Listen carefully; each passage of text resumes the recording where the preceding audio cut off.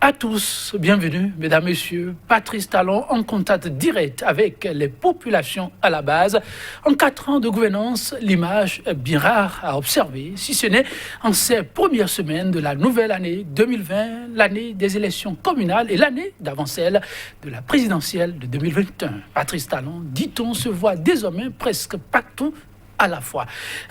Présence sur le boulevard du Cinquantenaire dans le cadre de la 3e édition du FIB, le Festival international de Porto Novo, descente sur la digue immergée d'Avlekété avec un bain de foule qu'on oubliera de sitôt. En tout cas, les images font beaucoup parler d'elle. Série de descentes sur le terrain de Patrice Talon, retour d'une ère prétendument révolue. Le débat, mesdames, messieurs, c'est tout de suite. Et maintenant, est déjà sur ce plateau en notre compagnie, Antoine Adou-Konou. Il est plus à présenter, acteur politique. Il est membre du Bloc républicain, l'une des formations politiques accompagnant les actions du chef de l'État. Antoine Adou-Konou, bonjour.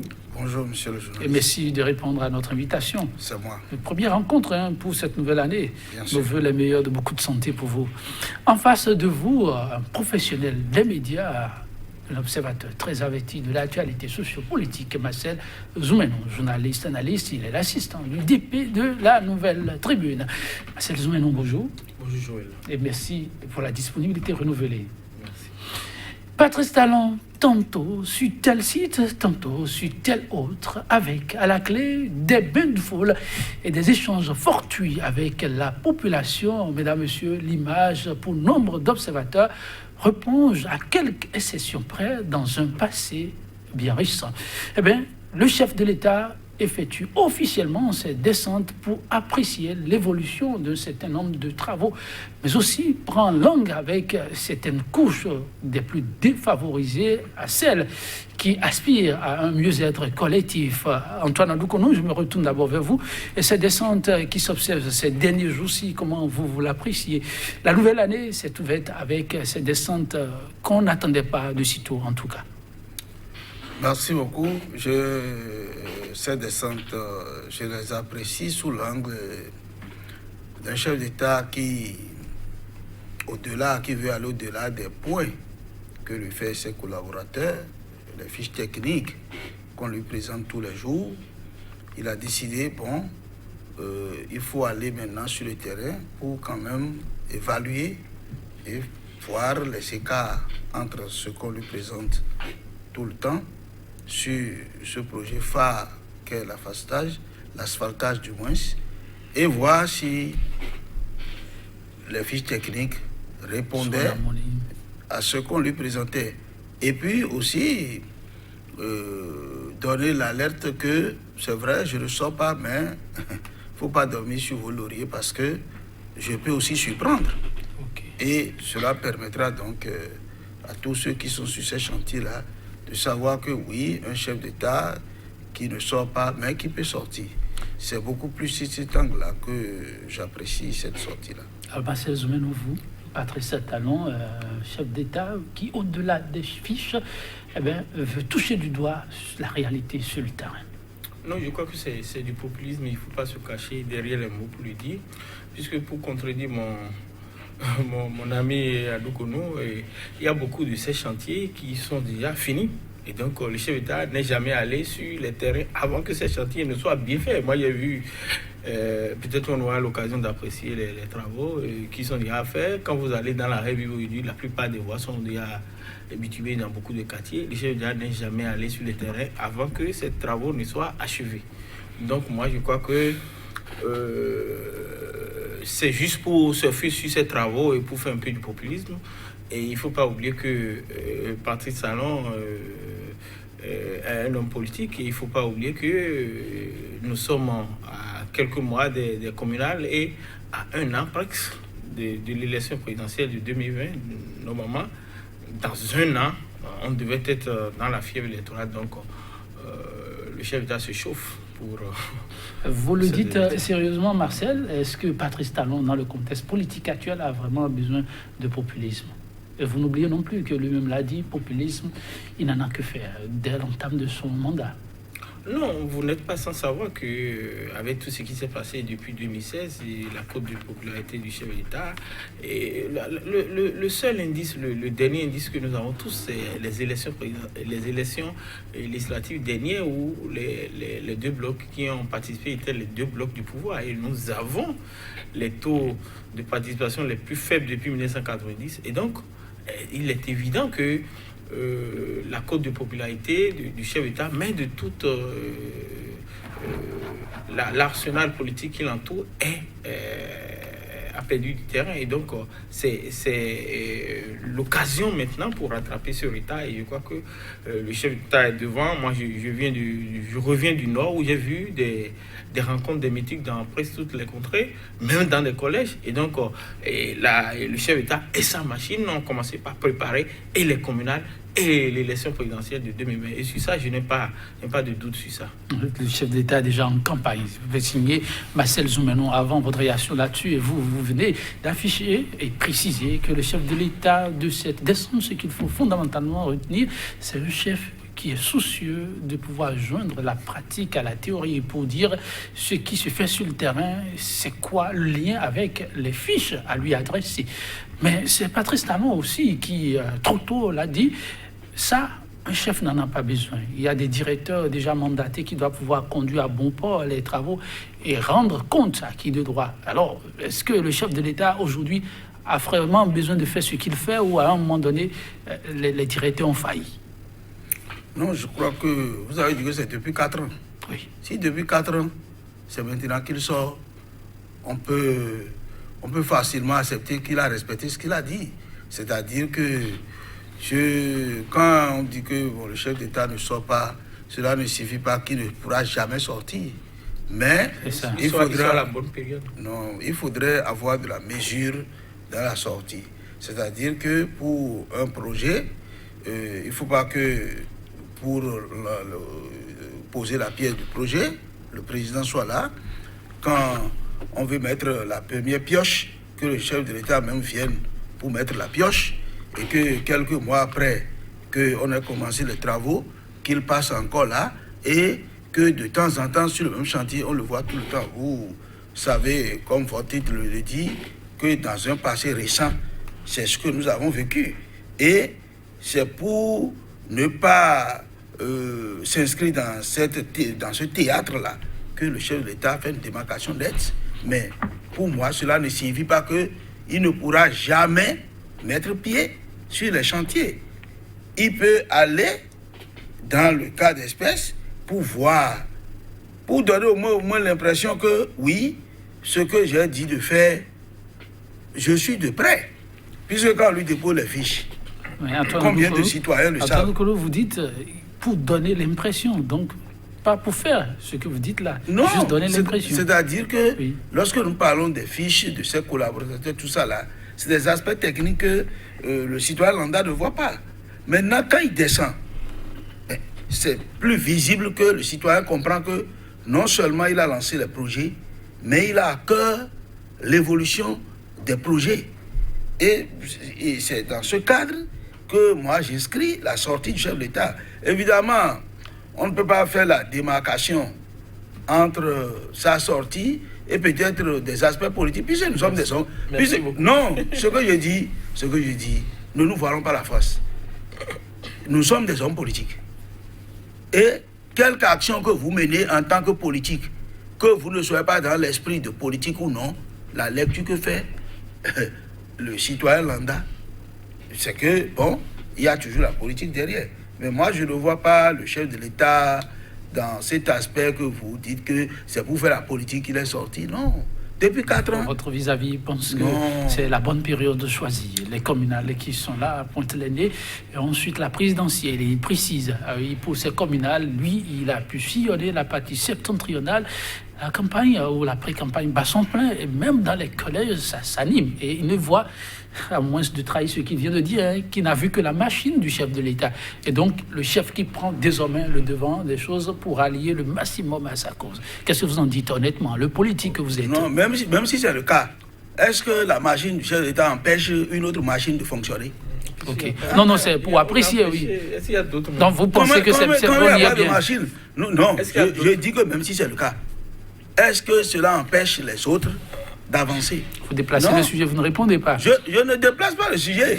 C'est-à-dire que, comme le dit le chanteur à l'époque en haut, il y a tellement de l'espace dans l'air que chaque oiseau peut balancer ses voix et ses ailes. En tout cas, même si c'est ça, il ne faut pas que ça gêne. Okay. Non, ce n'est pas, je dis, même si la machine du chef de l'État est en pré-campagne, ça n'empêche pas, on a 10 partis politiques aujourd'hui dans le pays.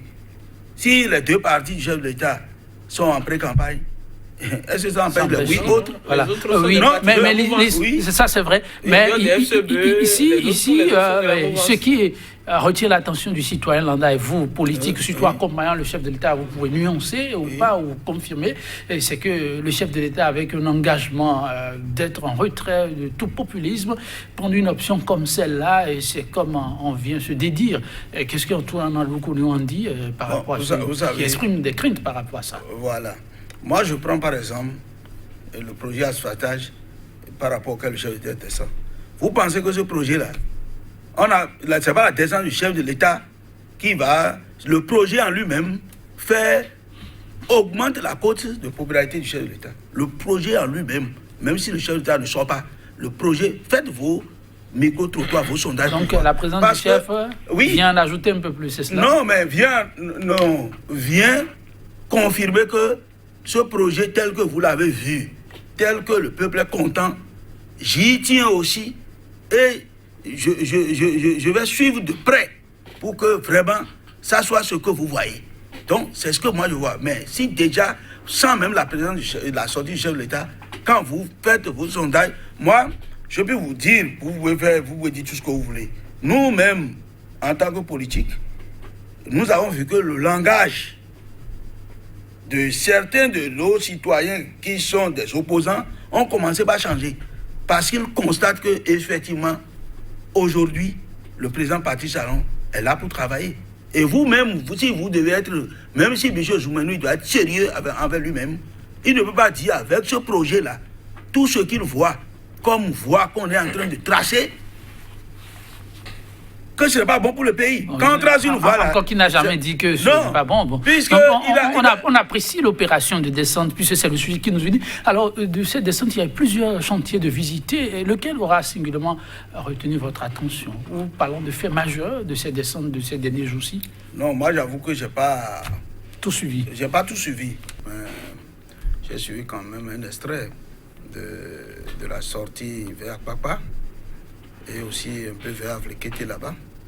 Donc j'ai trouvé quand même que c'est un chef d'État qui est en train de donner la patience, de demander à sa population d'être patient, de conscientiser aussi les gens par rapport au civisme. Parce que les voies qu'on est en train de faire, si vous vous retrouvez sur ces voies-là, on n'a pas besoin encore de vous déguerpir avant que vous ne partiez. Et le chef d'État a trouvé les mots justes pour le dire, pour que les citoyens qui se trouvent dans ces ancrages puissent quand même plier les bagages pour faire avancer le projet. Ah oui, là, vous parlez des échanges que le chef de l'État n'a pas des chantiers en eux-mêmes. Parce que les chantiers, il faut bien en parler. On y revient, puisque vous ouvrez la brèche. Je pose la question d'abord à Marcel avant de revenir vers vous. Il parle du chef de l'État. Je reprends l'expression d'un doyen chroniqueur qui dit il a rencontré un chef d'État à visage véritablement humain. Le voilà s'adressant à l'un des occupants des chantiers déjà en cours. Le chef d'État qui le demande, mais s'il vous plaît, vous voudrez bien dégager, ça fait pas bon d'occuper l'espace. Et je repasserai voir si vous le ferez. De ce dernier de dire, il n'y a pas de problème, ça va se faire. Et le doyen dont je tais le nom qui dit, mais on aurait pu faire ça. Et bien, pourquoi envoyer ce préfet qui a foutu le bordel là où il n'y a pas et on continue d'en pleurer?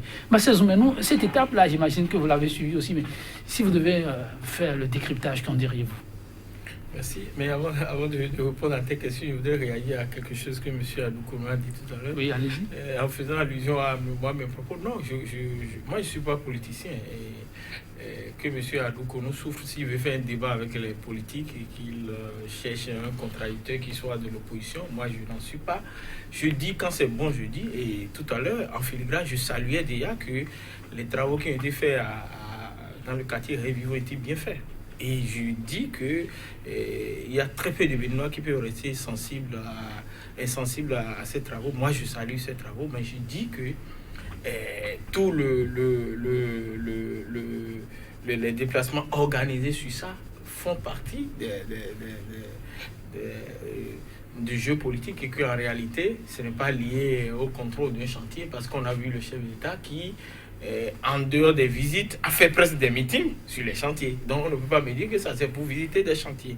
Alors, pour revenir à ta question, oui, moi-même, je suis surpris. Je ne savais pas que le chef d'État pouvait nous montrer autant d'humanité comme ça, parce que quand vous vous rappelez très bien qu'on ne peut même pas accuser Togboula, vous vous rappelez très bien que la première interview que le chef d'État a accordée, je crois, dans la foulée de 1 an, avec quelques confrères de la télévision, où on lui a posé des questions sur les déguerpissements sauvages qu'il y a à Cotonou.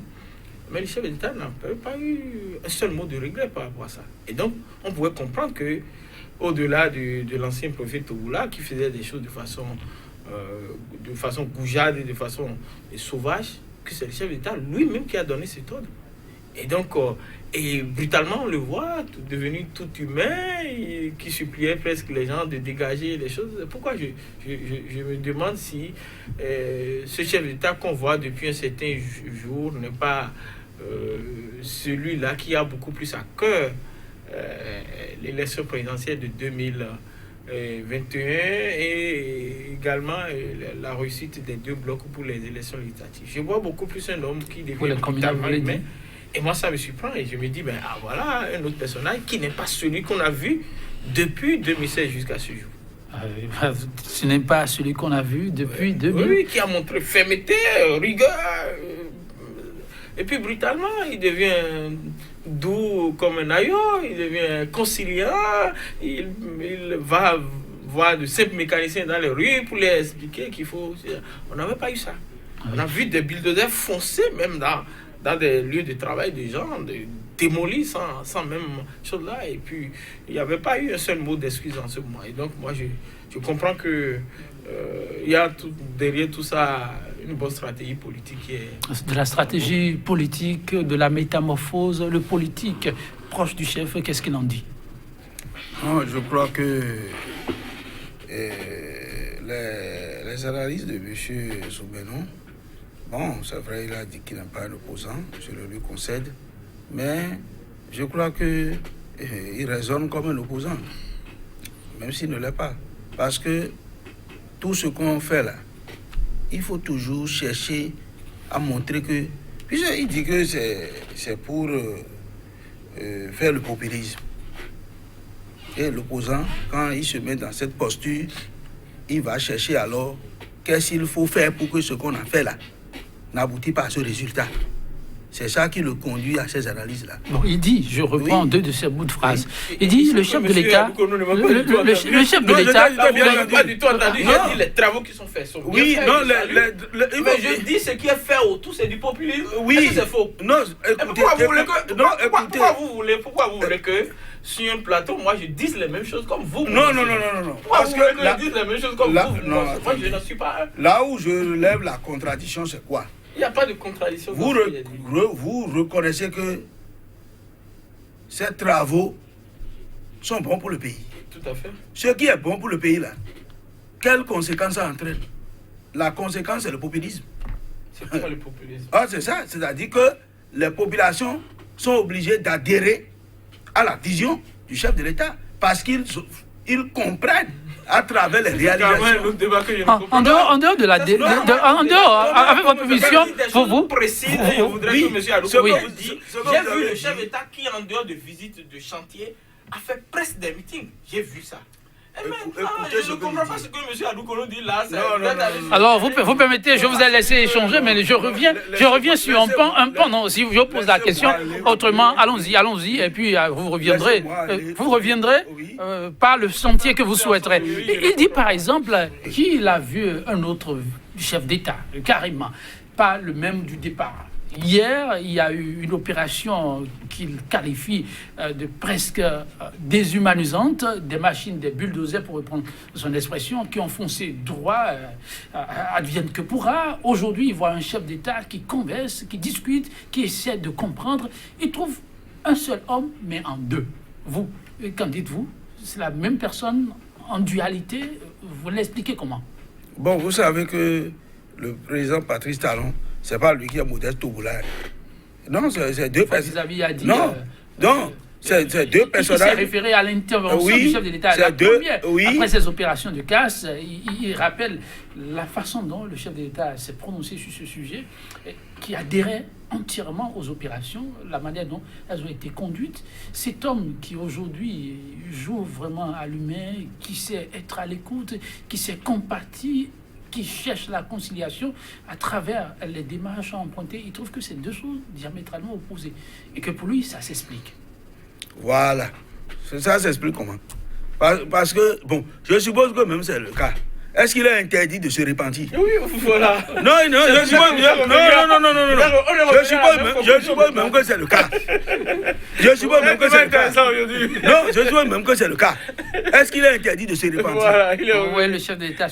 Non, ce que je dis là, c'est profond. C'est-à-dire que même si...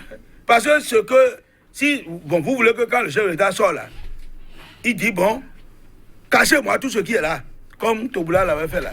C'est ça que vous voulez que le chef d'État fasse? Il n'a pas dit ça. Maintenant, le chef d'État fait ce qui est normal et on trouve que en faisant ça là, ça va certainement augmenter sa popularité. Il faut démontrer que c'est pour la popularité qu'il fait ça, que non, sinon que lui-même là, il est resté un homme méchant. C'est la démonstration que fait les gens de l'opposition. Parce que l'acte qu'on est en train de poser, sa portée en termes de popularité, il faut chercher le revers pour détruire.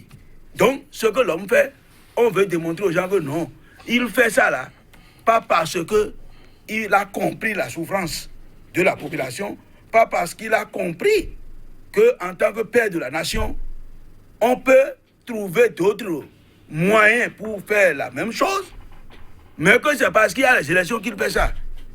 Vous en dites quoi? Non, moi, je ne peux pas faire ce raisonnement-là. Je ne peux pas faire ce raisonnement-là. Parce que... Donc, on a fini à la même conclusion que moi. Non, je ne vais pas... Même s'il fait ça... Si on vous posait la question autrement. À travers cette sortie, est-ce un chef d'État qui pense d'abord à lui et aux populations en dernière position? C'est-à-dire, qu'est-ce que je gagne en adoptant telle posture que telle autre? Et qui serait ce qui l'a motivé à ce type de démarche envers la population? Là, vous répondez quoi? Non, c'est pourquoi très tôt, je vous ai dit que le projet en lui-même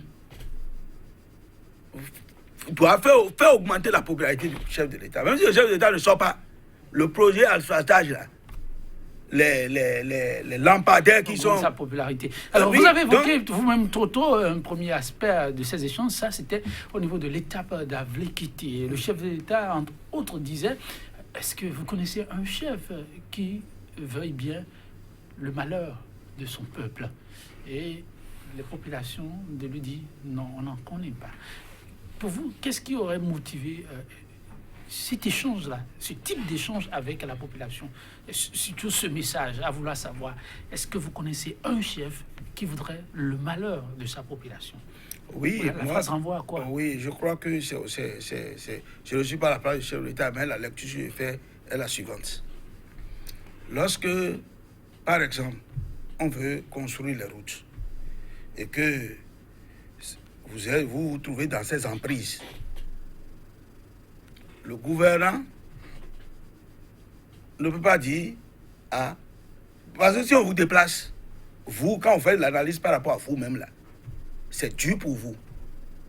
Et vous pouvez dire que c'est un mauvais chef d'État. Mais quand on va tracer les voies et que vous allez commencer par l'emprunter, vous finirez par conclure, si vous êtes sérieux avec vous-même, qu'en réalité, la finalité de l'action, c'était pour le bien de tout le monde. Donc, c'est une manière de dire que tout ce que vous voyez qu'un chef d'État pose comme acte, que ce soit lui-même ou bien à travers ses collaborateurs, comprenez que sur le champ, c'est difficile pour les citoyens que vous êtes, mais que la finalité, c'est que vous êtes encore les bénéficiaires. C'est ce qu'il voulait signifier en disant que, est-ce que vous pensez qu'un chef d'État peut vouloir le malheur d'un peuple? Et la réponse, c'est justement non. Autrement dit, nous devons accepter le sacrifice nécessaire si tant est que nous voulons aller effectivement vers le développement. On demande l'avis de votre vis-à-vis sur une phrase du chef de l'État. Comment vous l'avez perçu? Bon, ce qu'il a dit, c'est quand même justifié. Bon, un chef d'État ne veut jamais le malheur de son peuple, peut-être dans les méthodes. D'échanger sur cet aspect-là avec la population. Oui, c'est ça qui est nouveau. Et c'est de ça que je parlais. Mon contradicteur ne voulait pas me comprendre en me mettant dans la posture de quelqu'un qui devait venir dire les mêmes choses que lui. Je ne dis jamais les mêmes choses que lui. Moi, j'ai travaillé pour avoir des discours qui sont propres, qui sont mes discours propres. Je suis dans aucune chapelle. Quand c'est bon, je dis. Je suis venu ici plusieurs fois pour dire « Ah, ça c'est bon, ça c'est bon ». Et donc je dis, au-delà de tout ce qui est fait et qui s'est bien fait là, quand nous voyons le chef d'État qui, au détour d'une visite, on voit une poignée de gens et le chef d'État qui communique, là je dis c'est nouveau et ça là ne peut pas être fait de façon gratuite. En tout cas pour un homme politique, je dis que ça ne peut pas être fait de façon gratuite. Mais je dis aussi que il est libre de le faire. Et M. Adoukounou a dit, bon, ce n'est pas interdit de faire le populisme aussi. Et donc, je crois qu'il est effectivement dans une démarche politique, dans une démarche de séduction. Il dit, bon, voilà, parce que maintenant que vous voyez les œuvres, mes œuvres, je peux sortir, aller vous voir, vous dire, comme lui-même l'a dit en langue, la patience, le bonheur vient encore.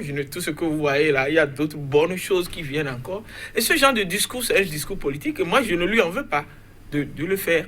C'est ce que je dis. Mais je dis que je voudrais qu'on reconnaisse que ça, c'est du politique. C'est du politique pur. Et sur ça, on ne peut pas me convaincre du contraire. Le chef de l'État, à ce niveau précisément, a fait comprendre à ceux qui étaient en face de lui de prendre patience. Vous l'avez souligné. Mais encore quelques années, et puis ça va pouvoir aller. Quelques années, mais théoriquement, le chef de l'État, il ne lui reste qu'une année. Alors, quand le chef de l'État demande encore quelques années, pour l'analyste que vous êtes, qu'est-ce qu'il faut y comprendre? Un abus de langage ou ben... Oui, peut-être. Sinon, bon, normalement, il lui reste un an. Et dans un an, il va compétir s'il veut vraiment être candidat. Et si le peuple vote pour lui, il aura encore 5 ans. Bon, s'il dit quelques années, c'est peut-être qu'il se met dans une posture de 2 mandats et donc il se dit, au bout de 10 ans, vraiment, vous-même imaginez ce que je pourrais faire si en 4 ans, j'ai pu faire autant d'asphaltage. Non, mais je trouve que tout ça, c'est des détails. Mais je pense que le chef d'État a compris que après sa posture où il vivait presque en reclusion, qu'il faut sortir.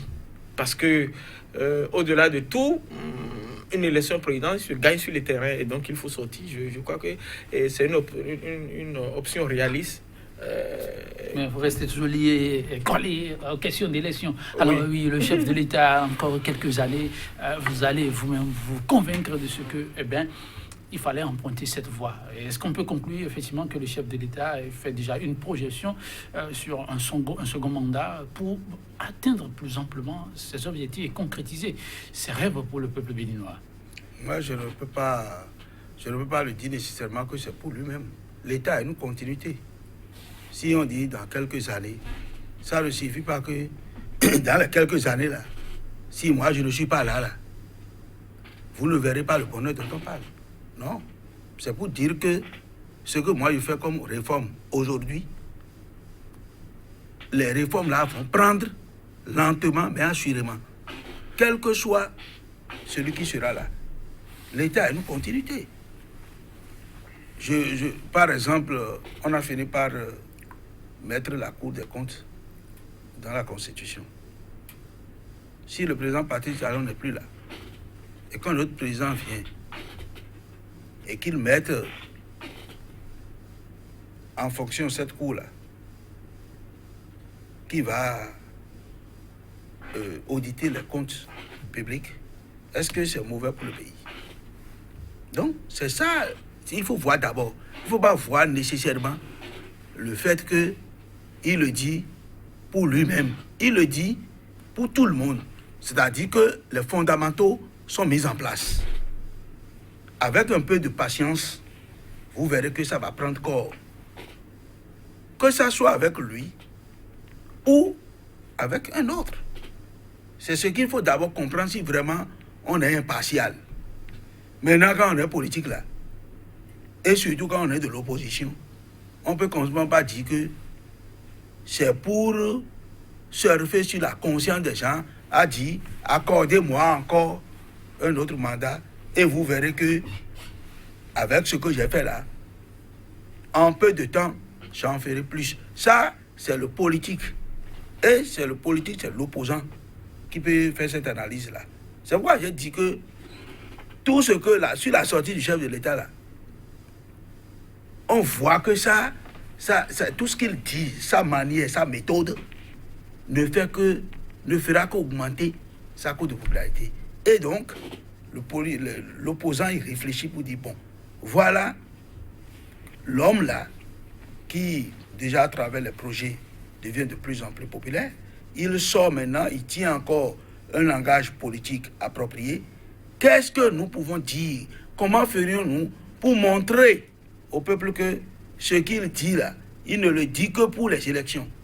Et c'est ça qui fait que quand M. Zoumenou rattache tout à l'élection là, j'ai dit que il n'est pas opposant, il a dit qu'il est journaliste, mais vous pensez que le journaliste ne devrait pas avoir des regards? Je le revendique. Oui, j'ai dit. Ne dites pas des choses comme non, ça, je vous ça allait un peu injurier, ça allait un peu... je vous conseille déjà que... C'est pas élégant de dire ce genre de choses sur un plateau. Je vous conseille déjà que vous êtes un journaliste. Vous n'êtes pas... Mais chaque journaliste quand même est un citoyen avant tout.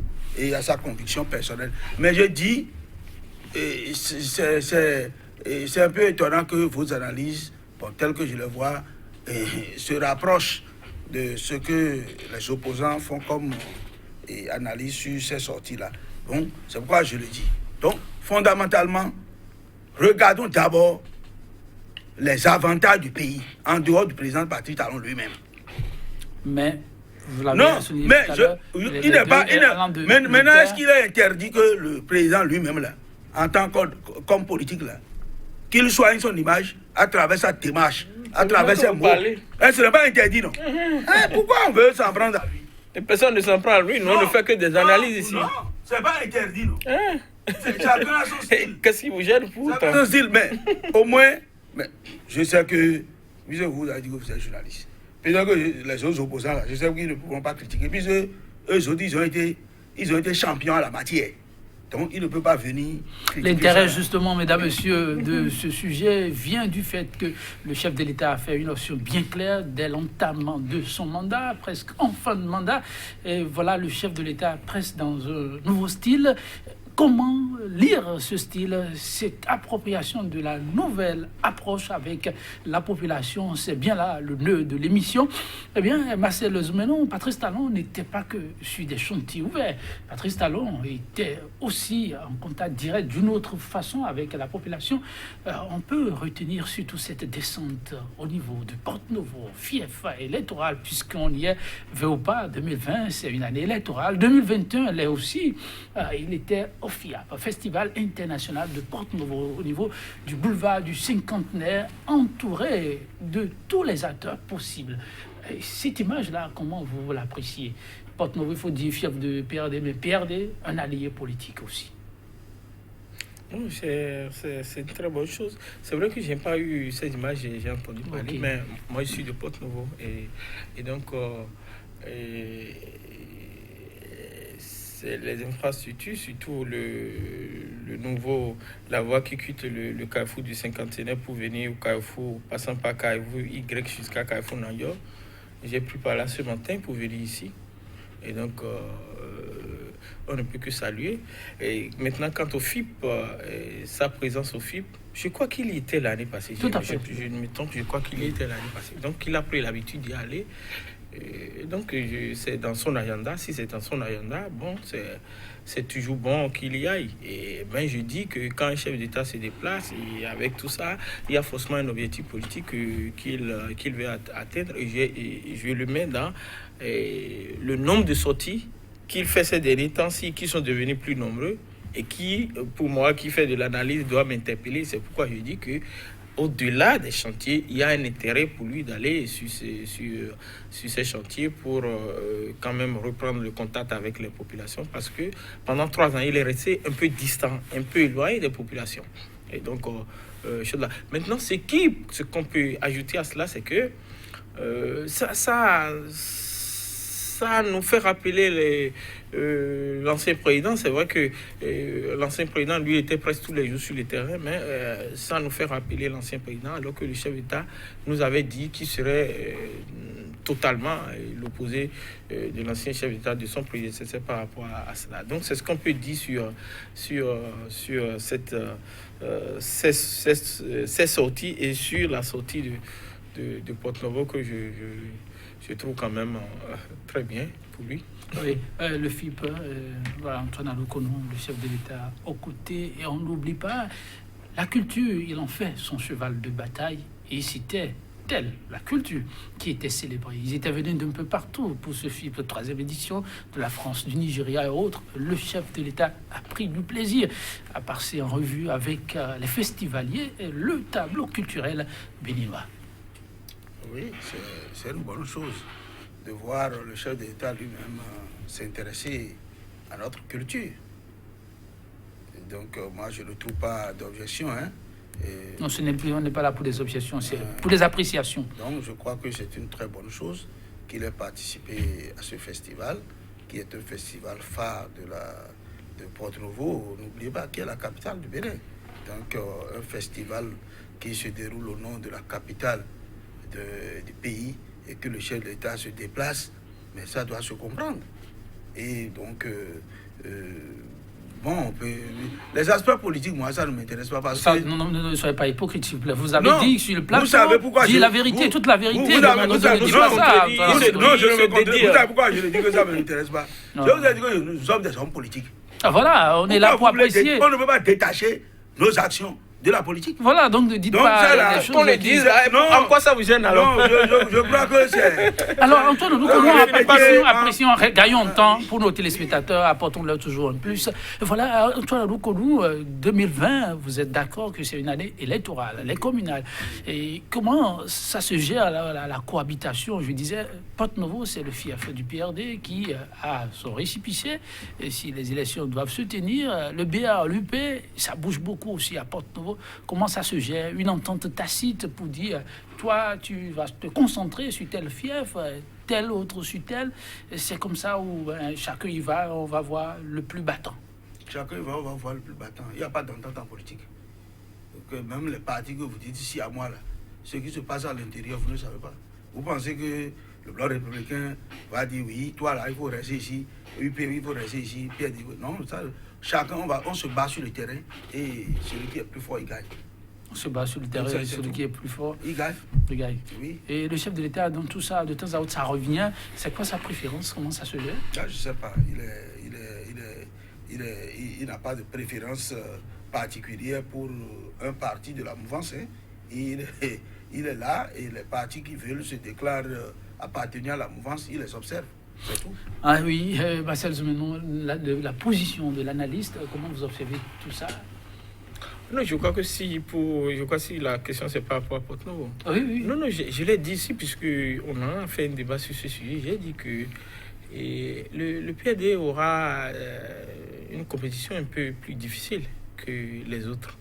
Une compétition un peu plus difficile parce que les éléments actuels ne sont plus les mêmes qu'on avait. Ça dit qu'avant, le PRD avait toujours battu campagne tout en restant un parti de l'opposition. Ça, c'est le premier. Maintenant, il est dans la mouvance.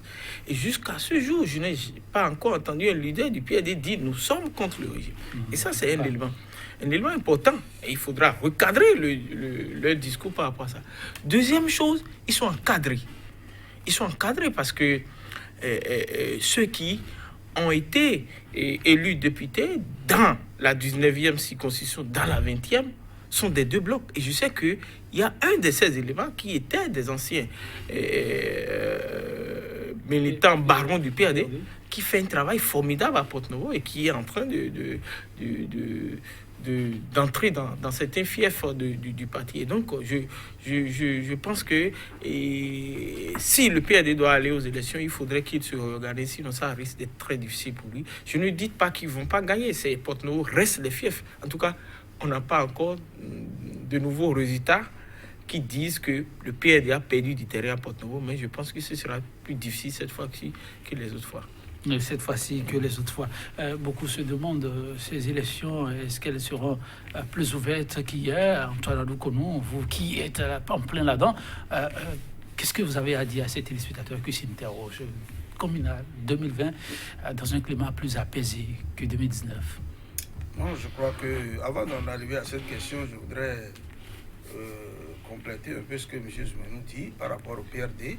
Je fais mienne toutes ces analyses et je vois plus la difficulté du PRD par rapport même à la loi, au nouveau code électoral. Parce que vous savez qu'il y a deux innovations majeures par rapport aux élections communales. Aujourd'hui, pour être éligible à l'attribution des sièges dans la circonscription électorale qu'est l'arrondissement, il faut que le parti réunisse d'abord 10% au moins des suffrages exprimés au plan national. Et vous pensez que le PRD n'y parviendra pas? Non, je vois beaucoup plus ça difficile parce que on est parti de quelque part où nous avons des partis politiques régionaux. Ayons le courage de le dire. Si vous prenez les statistiques, quand vous verrez dans la 19e et la 20e, et vous comparez ces résultats du PRD par rapport à l'ensemble du territoire, vous voyez qu'il y a un certain pic au niveau de ces circonscriptions. Quand vous prenez la RB d'alors, quand vous allez à Aboumé, dans la 23e, 24e, et vous restez à Cotonou, vous voyez qu'il y a un pic par rapport à l'ensemble du territoire. Maintenant, quand le législateur exige maintenant que vous devez avoir 10% des suffrages exprimés au plan national, il y a de quoi avoir peur de ce parti qui n'avait que d'ancrage au niveau de la circonscription. On reviendra sur cette question, pourquoi pas. On me dit de l'autre côté que le terrain est en train de partir. Voilà, on sonne, mais je m'en voudrais de ne pas vous demander, parce qu'on reste dans notre cadre. Qu'est-ce que j'entrevois? Non, vous laissez la question, on reviendra là-dessus. Pour rester collé à notre sujet, le chef de l'État, Patrice Talon, est sur un terrain où il est question encore de compétir. Il aura des ambitions pour ce pays. Cela signifie que ces ambitions doivent pouvoir rester dans la continuité. Il n'y a pas ce père qui n'a pas de préférence pour ses enfants. Dit Antoine Adoukonou, ses préférences, pour qu'il voit son rêve se perpétuer, ça va vers où? Je n'ai pas compris la question. La préférence de Patrice Talon pour ses enfants, il en a beaucoup, hein, PRD, BR, UP et tout le reste avec. Il sent beaucoup plus qui pour pouvoir l'accompagner, pour avoir sa bénédiction. Le chef de l'État ne peut pas avoir de préférence particulière pour un enfant dans ce cas d'espèce. La politique, c'est pas ce que vous pensez. C'est le terrain qui commande. Et chaque enfant se défend. Votre conclusion? Bon, ma conclusion, c'est d'abord de vous remercier pour ces échanges et de vous rassurer que le PAG a pris corps et que ça sera au bénéfice de tout le monde. Merci à vous. Le PAG a pris corps, ce sera pour le bien de tous. Oui, Marcel Zoumenou. Non, moi je salue, je profite pour saluer les efforts qui sont faits en matière d'infrastructure. Merci beaucoup. Et actuellement, c'est très salutaire. Mais moi, j'ai encore un peu plus soif de la démocratie. C'est ce que je vais dire pour conclure. Oui, merci pour la réalisation, mais grand soif de la démocratie. Mot signé Marcel Zoumenou. Mesdames, Messieurs, oui, le Bénin reste un pays démocratique, donc on ne peut que y mettre l'accent. Je fais bien, car vous le savez, la presse est un peu en souffrance, Antoine Adoukonou. On a besoin de votre soutien pour que la presse puisse mieux souffler. Merci à vous, chers téléspectateurs, pour la complicité. Un grand merci aux réalisateurs du jour 100% Bénin. Ce sera tout et aux fausses compagnies sur cette citation d'un autre homme politique. Lui, il est équatorien, José Joaquim Del Melo. Je le cite, vaincus sont ceux qui n'espèrent pas vaincre. Bonne méditation chez vous et prenez soin de vous. Demain, c'est un autre jour. Soyez toujours positifs. Au revoir.